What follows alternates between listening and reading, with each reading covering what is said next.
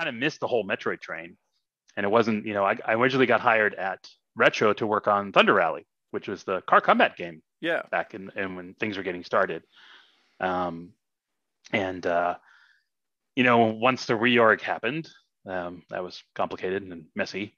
Got assigned to Metroid, and I'm like, well, I could probably play this Super Metroid game since we're making kind of a sequel to it. And just like, holy crap, I missed this game. This game's incredible.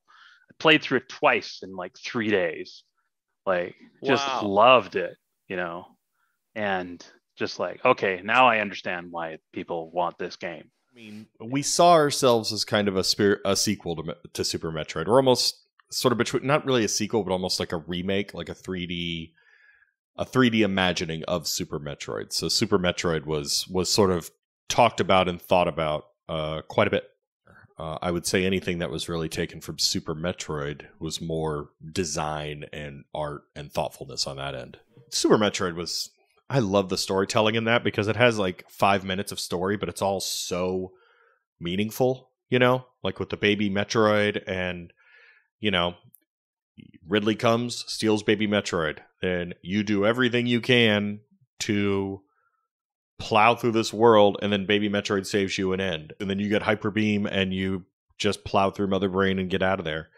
But yet they did all that in such like a meaningful, good feeling way.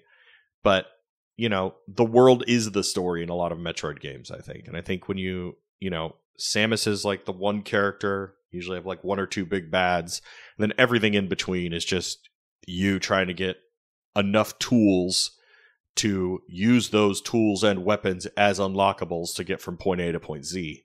Super Metroid might be my favorite game of all time, but the controls now have aged so poorly. With Prime, I was very much inspired by first of all, Metroid and Super Metroid, and really wanted to keep that sort of lineage of how those games sounded and sort of take that sound and sort of modernize it so that it sounded good for modern audiences. And as far as the death vocal, I was very much using the death sound from, I think, Super Metroid as a reference.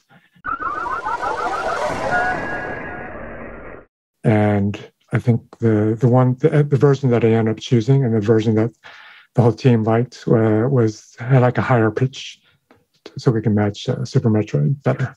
I think Dread's a phenomenal game, but it can't hold the candle to Super Metroid.